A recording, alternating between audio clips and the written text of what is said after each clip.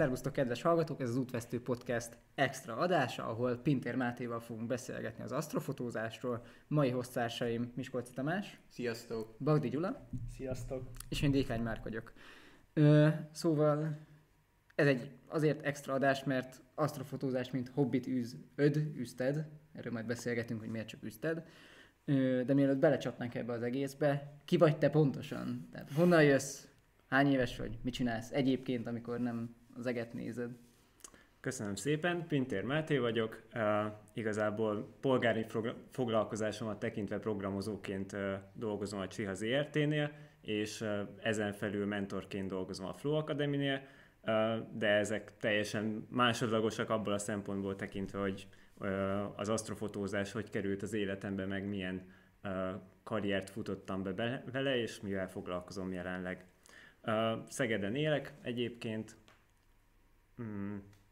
Honnan vagy? Szegeden születtél, vagy? Nem, egyáltalán nem. Tótkomlósi vagyok, ami egy nagyon kellemes kis falu, vagy város Békés megyében. Igazából nagyon szerettem ott lakni, mert hát, hogy jó az ég. De erről majd később. De ez azt jelenti, hogy nem túl gyakori a közvilágításnak a jelenlét. Hát igen, azért a minden második világít az már egy sikertörténet, úgyhogy... Minden második utca. De várjál, akkor beszélgessünk már arról, hogyha ez azt jelenti, hogy nem nagyon van közvilágítás, akkor neked ez ilyen kényszerfoglalkozás volt. Tehát valaki este bicikliz, meg futni, te féltél attól, hogy hívják, mit tudom, mikor esel bele a kátyúba, és akkor... És akkor egy helybe áll inkább egy... Hát azért megvan annak az előnye, mert nyilván a kisebb városban a hobbi küzdéssel sokkal könnyebb, sokkal egyszerűbb, mert ott mondjuk tud az ember egy kertet birtokolni, ami mondjuk egy nagyobb városban nem feltétlenül van így, vagy nem feltétlenül kivitelezhető könnyedén, és sokkal több tere van az embernek bármit elkezdeni. Így akár az asztrofotózást is, meg hát rengeteg más munkát is, amit az ember nekem most így nagyon gyorsan ilyen szakmai jellegű kérdésem van, mert ugye én is fotózok, de ne rohanjunk ennyire előre, szóval kicsit visszamennék oda középsulira, vagy nem tudom. Igen, hogy hol tanultál körülbelül, mit tanultál szakosodás ügyileg? Hát ez nagyon Tótkomlóson egy gimnázium van, tehát hogy ez lefedi a lehetőségeket, amiket ott lehet.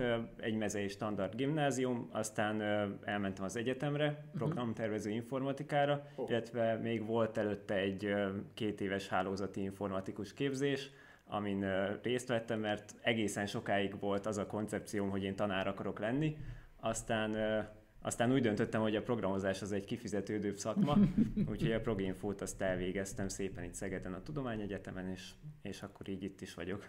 Hát azért a tanárság se esett ki teljesen, mint mondtad, hogy igen, tanítasz. Igen, a flow miatt ez így megmarad, de ez pont egy olyan dolog, hogy hobbiból lehet űzni, és akkor így nem az, hogy full-time-ba csináljuk az oktatást, vagyis legalább én, hanem amikor így kedvem van, meg így érzem magamban a motivációt, akkor ezt így ki tudom fejezni a oktatásban. A kütyüknek van jelentősége az életedben? Mármint így jobban így végig gondolva, minden egyes ilyen fényképész így vagy úgy, tök mindegy, hogy milyen ág, az azért kicsit készülékmániás, tehát ezt így tisztázzuk le. És azért informatika, meg fényképezés, azért ez így elég masszívan ilyen, hogy hívják, tűnik nekem ilyen gadget központúnak. Igen, hát ezek mind technikai sportok, ennek minden előnyével és hátrányával. Én azt szeretem ebben leginkább, hogy egyrészt mikor betanulsz egy új dologba, akkor venni kell az egy csomó apró, cseprő, olcsóbb, drágább eszközt, annak megtanulni a használatát, azt kiismerni, hogy mit, hogy szeret, meg hát a technikai hobbiknak az átka is benne van, hogy a technika az akkor okoz gondot, amikor csak akar. Tehát akkor fektet meg, amikor csak akar, és nyilván ez egy extra kihívás, úgymond itt az asztrofotózásban is, pláne, hogy ott általában akkor kim vagy a pusztába, vagy kim vagy valahol a világ végén, és ott kell megoldani mindent.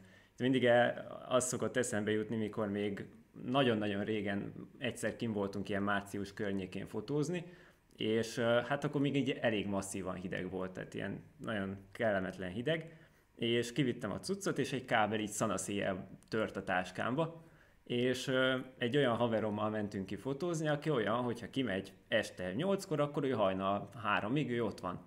És akkor hát mondom, mit csináljak a dög hidegben, csak meg kell oldani, és akkor hát improvizálni kell. és akkor az ember bicskával ott az autóba, így a lámpa fénybe így megpödörtem, meg minden, és reménykedtem, hogy jó lesz a polaritás, de aztán csak végigfotóztam vele az éjszakát, úgyhogy ez is így extraként benne van ezekben a technikai sportokban, de ez így hozzátartozik. És hogy választod az asztrofotózást faluból? Tehát, hogy ott mire gondolok, így nem tudom, Böllérnek el tud menni hobbiból az embernek. A falu egyenlő Böllér. Hát most érted, ezt tudsz Ami lenni, egyenlő meg iszol, fahánycsoló. Hát most mit csinálsz a faluba? Iszol. Nem, hát ez... Az iváson kívül nem sok mindent lehet csinálni. Klasszikus. Azért ennek is volt egy felfutása olyan szempontból, hogy nagypapám volt az, aki úgy jobban ismerte a csillagokat, meg jobban ismerte az eget, és ugye van az augusztusi meteorhullás, amit szerintem nagyon sokan ismernek, és ugye az olyan volt, hogy akkor mindig kiültünk, és akkor néztük az eget, és az onnan tényleg olyan látvány, ami úgy nagyon lenyűgöző tud lenni, és aztán ahogy így elkerültem egyetemre, meg úgy elkezdett úgy az embernek önálló pénze lenni, meg önálló, aztán már ideje is az egyetem után, akkor így bele tudtam állni abba, hogy akkor ez igenis érdekel, és akkor így elkezdtem így olvasgatni, meg minden, és akkor nyilván vegyünk távcsövet, vegyünk mindent, meg öljünk be egy csomó dolgot, de az a legjobb benne, mikor így az ember a nulláról elkezd valamit megismerni, amit előtte soha nem látott, meg nem tudja, hogy még az micsoda. Ha már meg tudás, meg megismerés, mit akar ez az asztrofotózás? Nekem olyan prekoncepcióm van, hogy kint állsz egy távcsővel, a végére celluxozol egy fényképezőgépet, aztán jó van, ott van. El van. Hát ez igazából nem mondom, hogy olyan távol áll a valóságtól, de nyilvánvalóan ugye, mivel technikai sport, ezért kell hozzá rengeteg technika. Ugye az égfotózásnál megvan az a hátrány, hogy az ég az ugye mozog. Vagyis hát technikailag mi mozgunk az éghez képest, és emiatt ugye a legfontosabb, hogy ez a kamera az kövesse az eget. Tehát ugye ahhoz kell egy úgynevezett mechanika, ami tényleg forgatja arra, hogy az ég is fordul. Uh-huh. És akkor aztán persze kell egy távcső is, de mindenki azt szokta mondani, hogy nagy távcsövet akarok, mert nagy távcső nagyon jó, de nem az a legfontosabb egy asztrofotós esetében, hanem az, hogy megfelelően stabil legyen a mechanika, ne mozogjon, ne csúszson el, és minden stabilan működjön egy egész éjszaka alatt. Az, hogy már arra mekkora távcsövet raksz, az már nyilván az egyéni, meg a pénzügyi lehetőségeidhez van mérve, de technikailag ezen múlik az egész, hogy legyen egy jó mechanikád, azon egy közepesen jó távcsöved, kamerád, hát kamerából aztán nagyon sokfélével próbálkoznak az emberek, vannak direkt erre a célra fejlesztett kamerák, amik nyilván rohadrágák, mert erre a célra vannak fejlesztve. Ezek egyébként akkor nem is a mainstream gyártóktól származnak, tehát egy ilyen Canon, Nikon, Sony 3-as dobálja ezeket ki. Igen, ugye lehet ilyen standard kamerával is fotózni, viszont vannak olyan objektumok az égen, amelyek olyan hullámhossz tartományban sugároznak, amit a kamerák levágnak. Az infravörösben, meg főleg ott ugye az alsó tartományban nagyon sok ilyen szűrő van, tehát szűrő van a kamerákban, ami kiszűri ezeket a tartományokat, és ezért szokták úgynevezetten átalakítani ezeket a gépeket, ami annyiból áll, hogy azt a gyári szűrőt azt lepattintják róla, és ráraknak egy direkt erre a célra készültet. Viszont még így is megvan. De ez akkor ilyen sufni tuningos megoldás? Hát részben, mert igazából már vannak gyártók, akik direkt ilyen szűrőt gyártanak, meg vannak szervizek, amik erre szakosodtak, tehát hogy nyilván nem optimális, mert a kamerák zajosak. És hogyha több percig kell exponálni, akkor utána a zaj az nagyon erősen elkezd megjelenni, és ezért szokták a speciális kamerákat hűteni, hogy a szenzor az hűvösen maradjon, akkor kevesebb lesz a zaj, jobb lesz a feldolgozás, mindenki boldogabb. Ez körülbelül olyan, mint a fotózásnál. Te mondtad, hogy az UV-szűrőt szokták levenni, és akkor ilyen szép lilás, fehéres képek lesznek? Nem, pont ezeket szokták. Nem tudom, hogy az UV-t szedik el, lehet, hogy az UV-t, és akkor teljesen más spektrumú színeket fog visszakapni az egész. Igen. Tehát árultak még annó ilyen Sony A5100-asokat, amikről lepattintották a szűrőt, és mutattak egyszerű, hogy hívják ott fát, lilán, így nézett, hogy ez micsoda, és hogy tényleg úgy van, mert ugye fényképezőgépben ott van a szenzor, ezek ma már stackelt szenzorok, tehát sok réteg rajta van, ezt így most többek között a nézőknek, hallgatóknak mondom, hogy a stackelt szenzoron vannak rajta ezek a szűrők, amik ugye aztán végül maga a szenzor fogja megalkotni a végső képet. Én webkamerából csináltam ilyen látókamerát, de ugyanez a technika, hogy kitekeltem az objektívet, lepattintottam a végéről az infraszűrőjét, meg beleforrasztottam 6 darab infraledet, és akkor volt egy ilyen látókamera. Az mondjuk komoly. Figyeld a macskát este. Ezzel szoktuk demózni az infravörös tartományt egyébként az embereknek, hogy lát, hogy a kamerának így lepattintjuk a szenzorát, és akkor azáltal lehet mindenféle érdekességet látni. Ezt otthon az ember is meg tudja csinálni egyébként? Hát van, aki megpróbálja, de én csak haladóknak javaslok ilyesmit elképzelni, mert nagyon érzékeny, belekerül a kosz, belekerül bármi, és aztán nagyon-nagyon sok kellemetlenséget fog okozni. Hát meggyanítom azért, hogyha ezt így manuálisan megcsinálja magának otthon, és utána beviszed a gyári szervizbe, akkor a gyári szerviz örömmel pattintja, hogy nagyon magas számlát, hogy ilyet ne csinálj többször. Vagy ha meg is csinálja neked véletlen. Igen, de akkor is nagy lesz a számla vége. Mindenféleképpen. Szóval, ha jól értem, van ez a mechanikád, ami követi az eget. Tehát itt valójában nem egy képről van szó, vagy nem egy nagyon hosszan exponált képről van szó, hanem egy csomó sorozatfelvételről van szó, amiket a végén összestekkelsz. Pontosan. Ez teljes mértékben így működik. Teljes mértékben így működik. Annyi az extra benne, hogy én olyan 3 perc környéki fotókat szoktam csinálni, mert az még olyan egészséges. Még nem annyira lesz zajos, meg nem annyira lesz túl exponált, még akkor se, hogyha esetleg városi békből fotózok.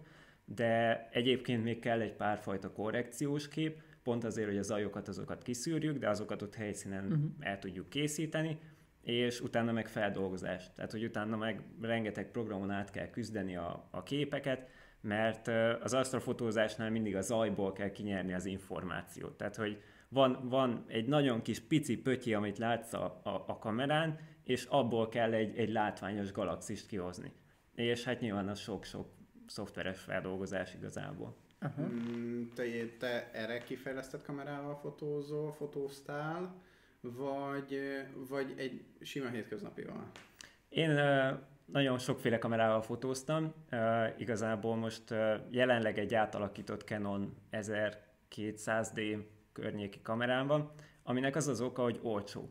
Tehát, hogy egy 1200D-t használtan vesz az ember a piacon, nem tudom, 60-70-80 ezer forintért, tehát nem olyan szürreálisan sokért, megveszem bele a szűrőt, az még mondjuk 20-25 ezer forint, még fizetek valakinek, hogy ezt átalakítsa, és akkor egy 100-as alatt megvan ez a móka.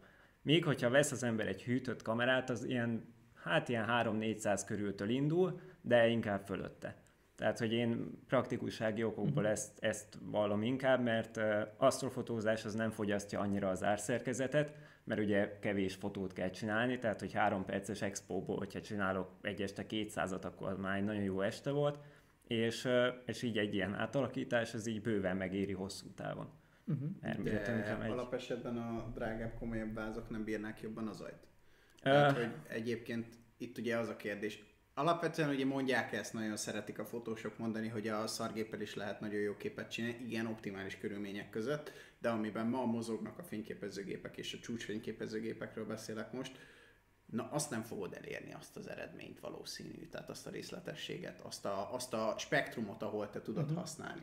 Na most, tehát, hogy teszem azt, én Sony körökben mozgok, annak a csúcskamerája ugye az A1, egy A5100-assal, sokkal több zajjal és problémád lesz, mint egy A1-essel. Tehát, hogy már csak ebből kiindulva is ilyen értelemben a technikai sportnak ezt a technikai valóját nem tudod kikerülni akkor ezek szerint, hogy... Teljes mértékben nem, de részben igen. Ugye az asztrofotónál, ami számít, az az idő. Ugye minél több ideig exponálsz, minél több fotód van, inkább így mondom, annál jobban el tudod a zajokat, meg az összes ilyen koszt úgymond távolítani a fotókról, és annál részletesebb végeredményed lesz. Általában ezt szoktuk mondani, hogy mindig az idő a kérdés. Ugyanez az idő a válasz arra is, hogy miért jobb olyan helyről fotózni, ahol sötétebb van, mert kevesebb idő alatt lesz jobb eredményed.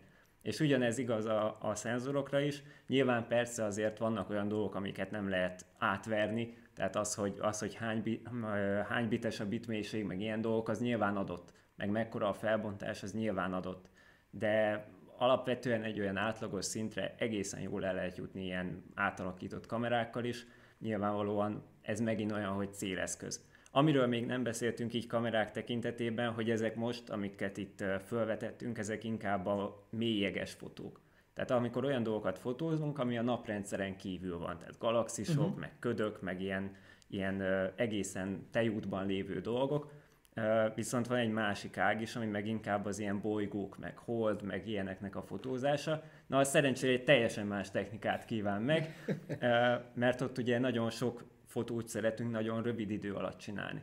Mert ugye hát van a bolygónknak egy ilyen fantasztikus légköre, ami ott hullámzik, meg felhők vannak benne, meg mindenféle koszpor, ilyesmi, és azt szeretnénk kivonni a képekből. Úgyhogy ott általában az szokott lenni, hogy kimegy az ember, és csinál egy pár perces videót, és az a pár perc, ez bőven elég arra, hogy abból lehet, hogy kijön egy olyan kép, ami nagyon jó. De ugyanakkor meg lehet, hogy a légkör olyan, hogy használhatatlan, és akkor meg óránként csinálsz videókat, és akkor ha egyszer jó lesz.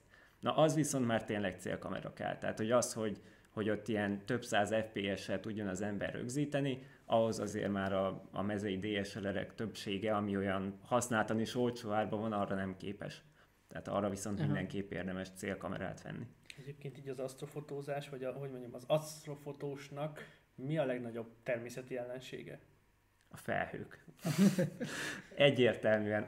Első meg pontban. Meg a szúnyog. Szúnyog. Tehát a pecásokkal. Felhő, szúnyog, valahol a sor végén van a medve. Igen. Nekem még az jutott eszembe, hogy mi van akkor, hogy egy madár így elszáll a gép előtt, az is reális. Ugye, amit még mondanék ezzel kapcsolatban, hogy Starlink, ugye, amit egy pár éve ugye elkezdték fölküldeni őket, ott ugye nagyon előjött az a problémakör, hogy ugye a műholdak így mennek át a képeken, és akkor hogy az eléggé kellemetlen. Azt még így az átlagolással ki lehet nyerni. Tehát ki lehet úgy vonni a képből, hogy nem nagyon látod a végeredményen. De viszont hogyha felhős, az halál. Tehát az szokott lenni ilyenkor, hogy lessük mindig az előrejelzéseket, már tényleg így a meteorológiából is bele kell tanulni az embernek, hogy mondjuk délután 2-kor meg tudja mondani azt, hogy éjszaka megéri-e kimenni mondjuk Kardoskútra, vagy valahova egészen messze a Szegedtől, és fölpakolni a teljes cuccot, vagy nem. Tehát, hogy még a meteorológia az, ami teljesen így ezt befolyásolja. Ha már befolyásoló tényezők, meg hogy mit okoznak, mit látsz valójában egy asztrofotón? Tehát mit takar a kép maga? Tehát én ahogy elképzelem, ilyen kegyetlen csillagködök, ilyen színes, tehát ilyen filmbe illő. Ez mennyire valóságos? Hát... Bocsánat, meg még egy plusz kérdés. Sokat beszéltetek arról, hogy mennyire zajos egy kép, itt mit kell zaj alatt érteni?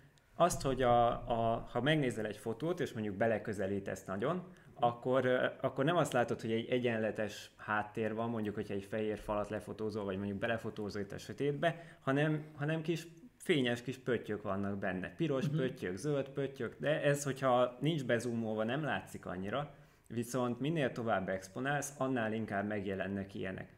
Vannak itt a hot pixelek, az egyik, ami ilyen tipikusan ilyen szenzorhiba úgymond, de hosszú expozíciónál egyszerűen megjelennek színes kis pöttyök a képen. Van még a melegedés, az is meg tud jelenni a szenzoron, az meg ilyen nagy fényes foltokat tud a szélén behozni a képnek. Technikailag ugye kicsit kiégeted azt a pixelt, és akkor nem fogod tudni egyszerűen használni, el kell tüntetni. Ezt többnyire a programok is úgy csinálják, hogy a pixelnek a környezetéből próbálják visszanyerni és bepótolni azt a helyet. Ezáltal viszont képes lesz pontatlan lenni a kép, egy idő után élvezhetetlen is tud lenni a kép, és alapvetően ez mindenféle technikában tudhat problémás lenni. Ha azt nézed, éjszakai élet, ha elmész egy bulit fotózni, ott is ugyanez a probléma, ráadásul ott ugye gyorsan történnek a dolgok, tehát nagyon rövid záridőt kell használni, kevés fényt tudsz beengedni magára a szenzorra, és föltolod a fényérzékenységet annak érdekében. Csak ugye, hogyha emeled az izót, és nem jó az izótűrése a kamerádnak, akkor ki fog égni az egész a faszba, és elkezd majd itt szépen így zajosodni. Ilyen villogós révpartinál lehet jó. Vagy sötét képeid vannak, vagy nagyon fényesek. A villogós révpartival meg az a baj, hogy mindig meg kell kérdezni a helyet, hogy LED-fényeket használnak-e, mert hogyha egy LED-fény elkapja a kamerádat, akkor szétroncsoltad a szenzorodat. Tehát akkor hello. Így van. Igen. De egyébként ezt is ki tudod próbálni, hogy lekapcsoljuk a lámpákat, és belefotózol abba az irányba mondjuk, ez most aki hangba hallgatja, annak tök sok mindent jelent. Igen. De hogy arra sötét van, akkor látni fogod a telefonodon, hogy nem egy ilyen fekete folt a képet, hanem egy csomó pötty van benne. Az pont ugye ennek ez az effekt. Ráadásul a telefon az megint egy másik történet, Hát ez mert még a fényképező az próbál optikailag működni, és próbálja minimális szenzorból megoldani a dolgokat, addig a telefonok többnyire szenzorból dolgoznak. És azt úgy kell elképzelni, hogy azért szokott nagyon abszurd lenni a telónak a képe, mert minden fényt próbál felhasználni, azt is, ami nincs. Tehát, hogy innen-onnan valahogy balanszírozni, és emiatt ilyen abszurd eredmények is tudnak születni abból, hogy a telefont fotózásra használ. Persze, ahogy okosodnak szépen fölfele ezek az eszközök, úgy okosodnak velük a szenzorok, és úgy javul a minőség. Mert most már egyébként szerintem kompakt kamerát nem is éri meg ezeket a kis Find X-eket, meg nem tudom, már nem éri meg megvenni, mert kb. Egy jó telefon többet tud. Igen, meg ugye amiről nem esett szó itt a pixel méret. Tehát, hogy ugye a zajosodás az köszönhető annak is, hogy ugye úgy kell felfogni egy pixelt, mint egy háló, amiben így érkeznek be a fotonok. És innentől kezdve, hogyha kicsik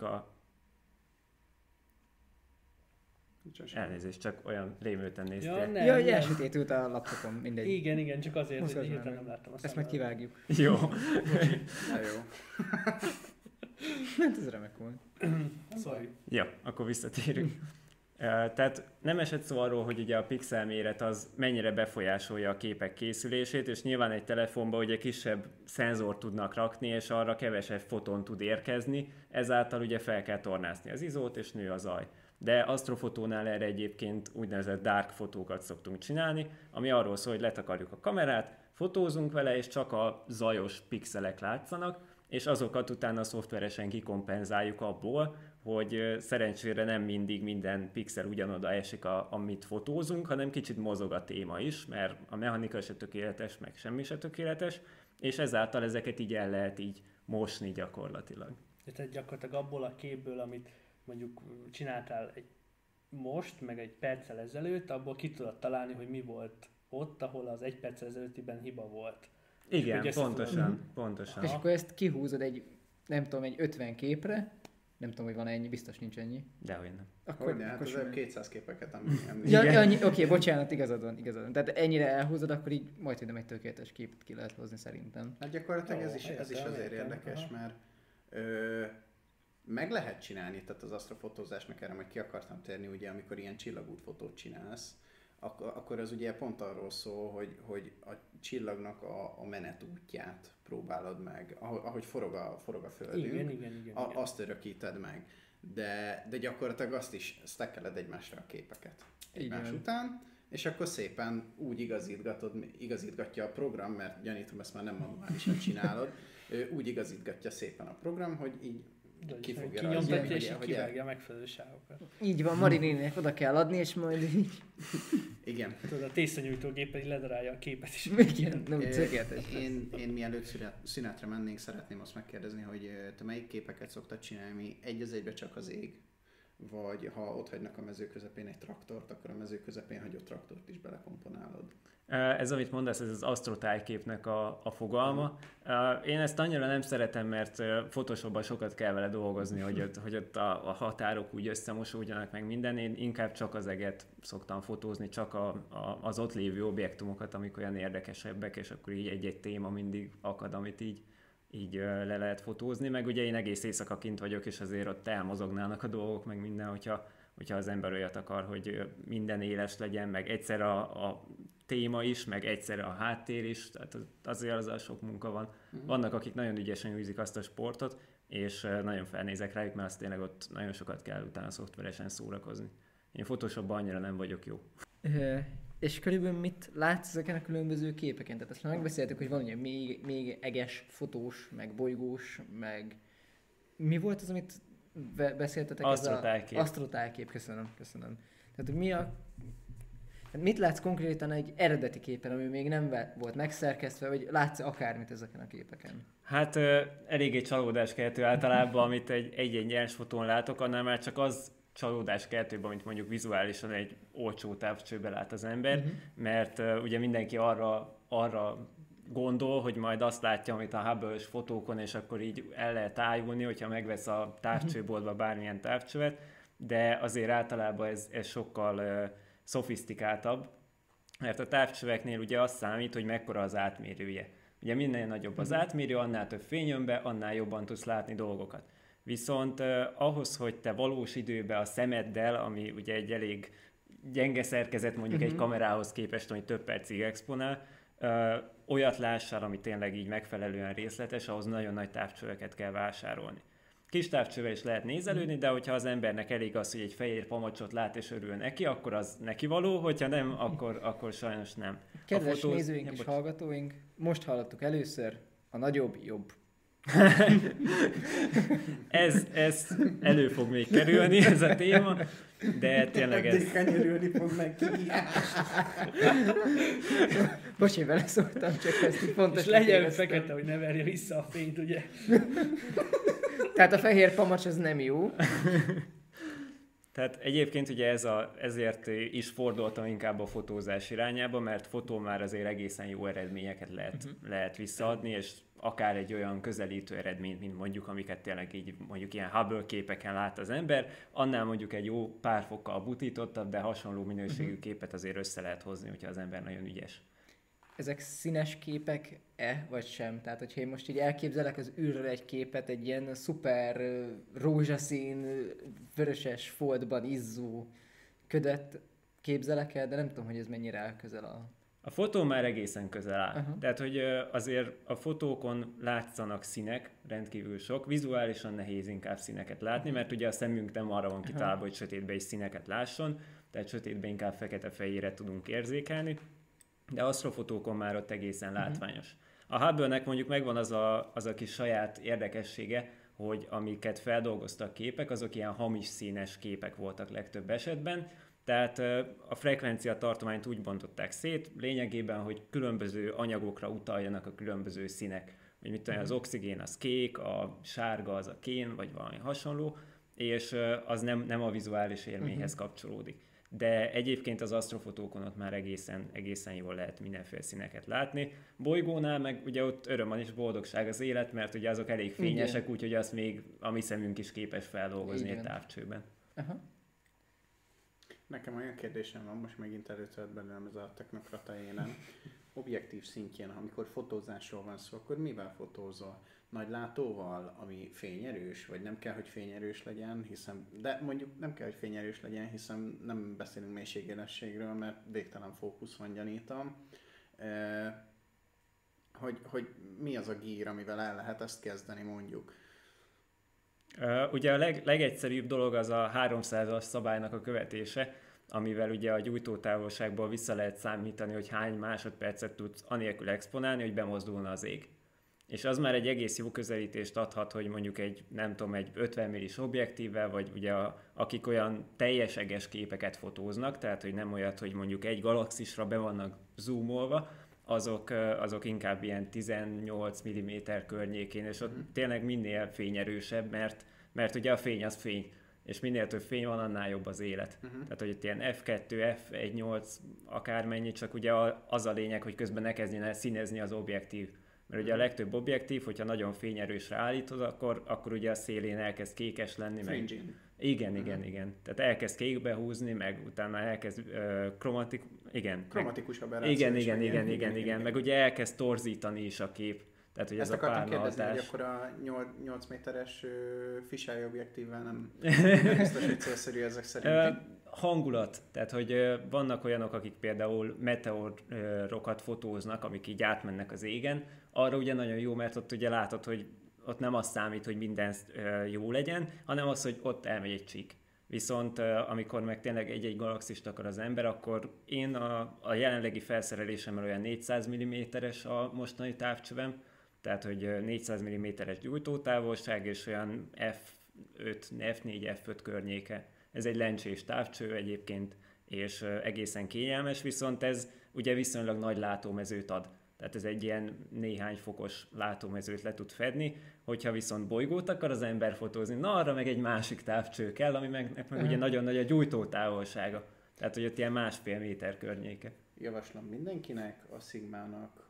a 300 mm f2.8-as objektívjét, cirka 15-18 kg, ekkora objektív, ekkora frontlencsével. Jaj, tényleg azt, amit ilyen 3 asztalon mutattak be. Ami ilyen bazooka. Igen, így van. Két így van, és akkor így, igen, az, amikor 3 állványon tartod hát azok kegyetlen.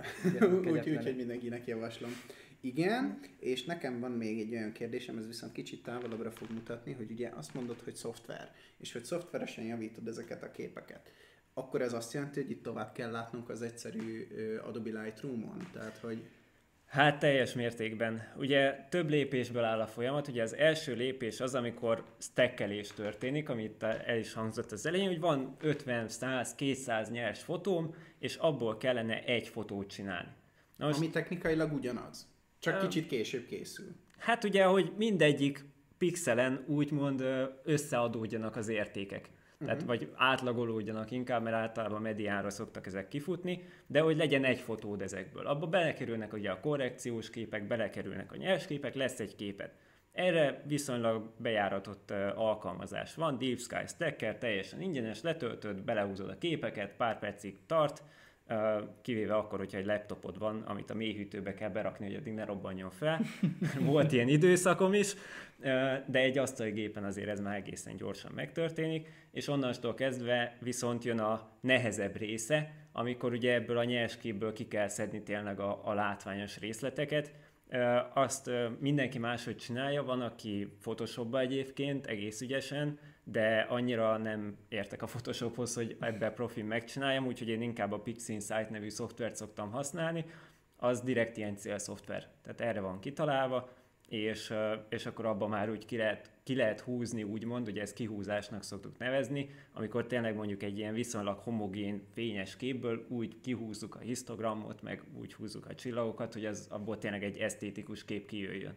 Utána a végén már, hogy Photoshopban még egy kicsit megzavarjuk, hogy azért csak legyen valami, de nálam az az utolsó lépés. De ahány ember, annyiféle feldolgozási mód igazából, tehát vannak azért más megoldások is. És ami nálam valóban messzire vezet, az pedig, hát ugye akkor, amikor technológiáról van szó így vagy úgy, de nem tudod megkerülni az AI-nak a jelentőségét, és az Adobe ebben egyébként élen jár a sima közösségi fotószerkesztő AI-okban, de hogy ez kihat egyébként az asztrofotózás világára is? Vagy az, amit például az Adobe csinál, azt te tudnád használni? Most nem a denoiserről beszélek, mert ha stackeled a képet, akkor mondjuk azt, hogy az aljjal tudsz küzdeni.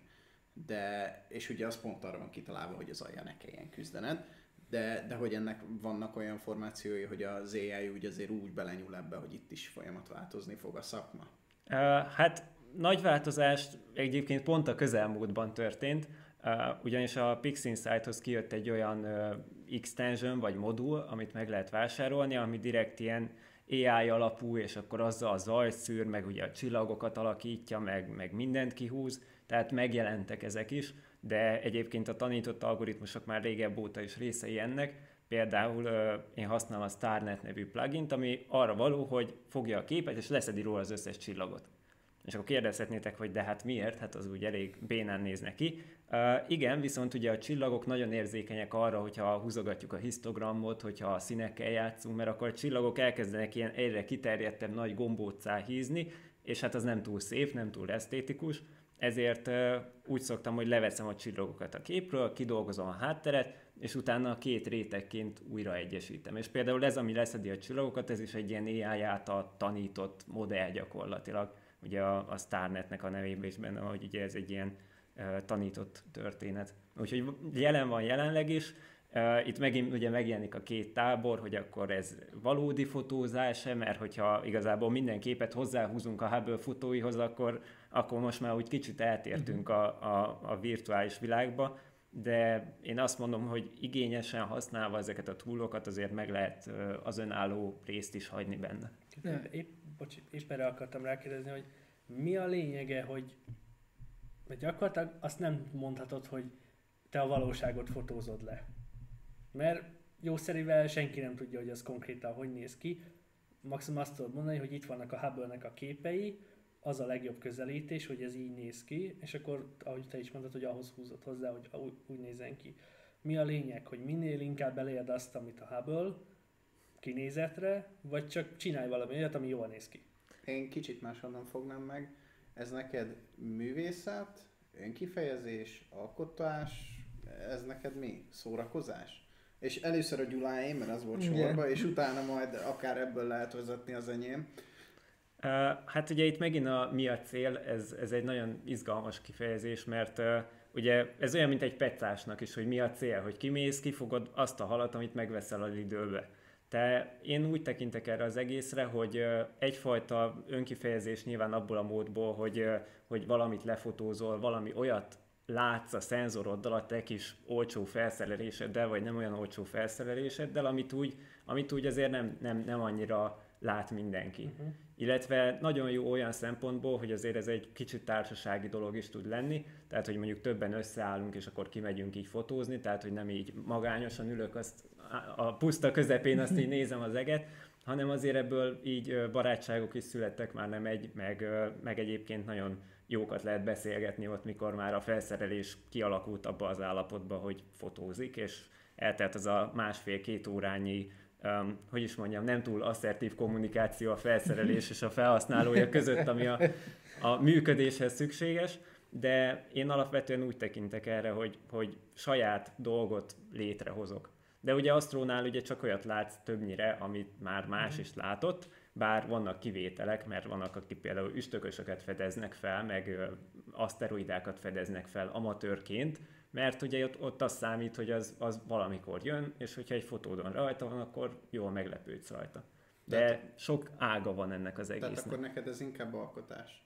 Alkotás is, mert párhuzamnak hoztad a horgászt, de van olyan horgász, aki csak kifogja a halat, és visszaengedi. Ilyen sportból. Hát sokszor vissza kell engedni. És hogy vissza is kell néha, ráadásul a versenyeken ugye kivéve a törpeharcsát, azt nem engedjük vissza, de a többit azt visszaengedjük, és hogy neked is az olyan, hogy elkapsz valami olyat, ami másnál még nem volt meg, lásd az üstökös, vagy mondjuk halaknál nem tudom, ez mennyire jellemző, de vagy hát simán, de azt is el tudom képzelni, hogy kimész oda, hogy hívják be a mezők elős közepére, ahol nincsen fényszennyezés, full egyedül a sötétbe, 2 nyullal arrébb, meg a harmadik sündisznót, meg mennyétet elhagyva, ott a 2 szalmabála között ott egyedül csendbe le tud csillapodni az elméd, ami dettó szerintem egy valid dolog. Szerintem is ez egy nagyvárosból kiszabadulni egy pusztára azért nagyon nagy flash, legalábbis így személyiségügyileg biztos sokat tud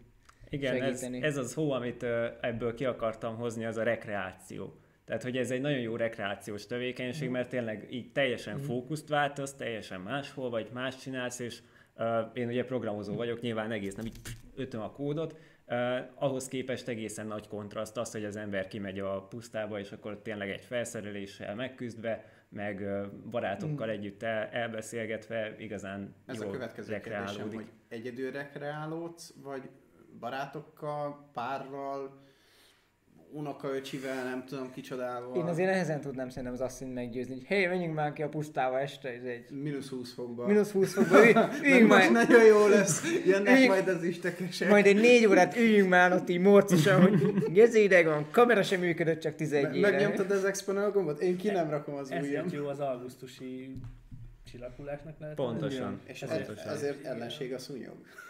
Igen, egyébként igen, mert én is kijárok barátnőmmel a Máté domboldalba, és akkor viszonylag pokrócot lefekszünk, és nézzünk fölfele. És megcsípi a szemedet a szúnyog. Igen. És én egy ilyen hémakarénát ilyen. Igen, az a baj, hogy én ennek hangot is szoktam adni. Egyébként én is próbálkoztam azzal, hogy az asszonyt kondicionáljam arra, hogy ilyesmiben részt vegyen, de nem, ez abszolút férfi hobbi, mert olyan szempontból, hogy mondjuk egyikünknek a párja sem látja feltétlenül a kihívást abban, hogy 6-8 órán keresztül a hidegben a felszereléssel káromkodva az jó lesz. Úgyhogy mi így ilyen önszerveződő csapatként már több fajta ilyen csapat is kialakult így az idők során, akikkel így kiárogattunk, és akkor tényleg, amikor úgy összejött, hogy mondjuk péntek, szombat, akkor kimegyünk, és akkor ott egész éjszaka el van az ember, és akkor jókat lehet beszélgetni, meg hát nyilván a felszerelésről, meg a hogyan továbbról sokat lehet beszélgetni. És bennem még most így az merült fel, hogy ugye voltak itt idén szerintem Vásárhelyen 3-szor biztos, hogy érte ilyen monszun időjárás, és hogy vannak ugye ezek a viharvadászok, akik direkt arra mennek, hogy kapjuk el a villámokat, meg nem tudom micsodát.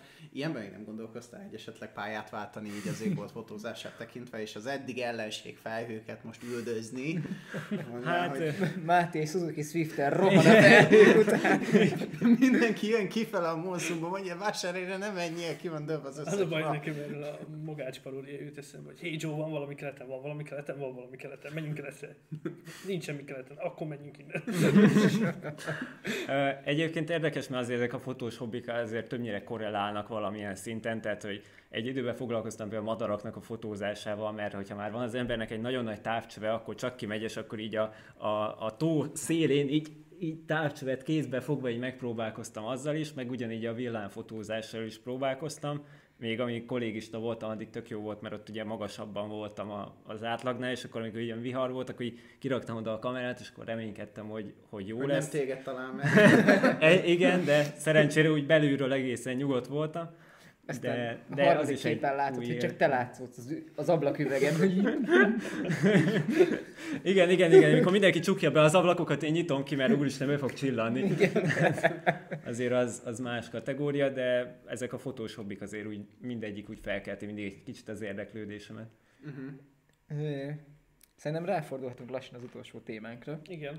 ami nagyon érdekes, és eddig még nem említettük meg, te szegedi csillagvizsgálóban is tevékenykedsz, mert Máté mindent is csinál, tehát szerintem egy 4-5 évnyi adást le tudnánk fetni Máténak a pénteken, hobbiának. szombaton oda van csillagot fotózni, számoljátok az időt, mennyire van, meg még van asszony is, meg nem tudom micsoda, nem tudom, hogy csinálja valahogy biztos, Hát de... ilyen időmágus. Ismertem ilyen embereket. Úgy nézett ki, mint aki dolgozik, de nem.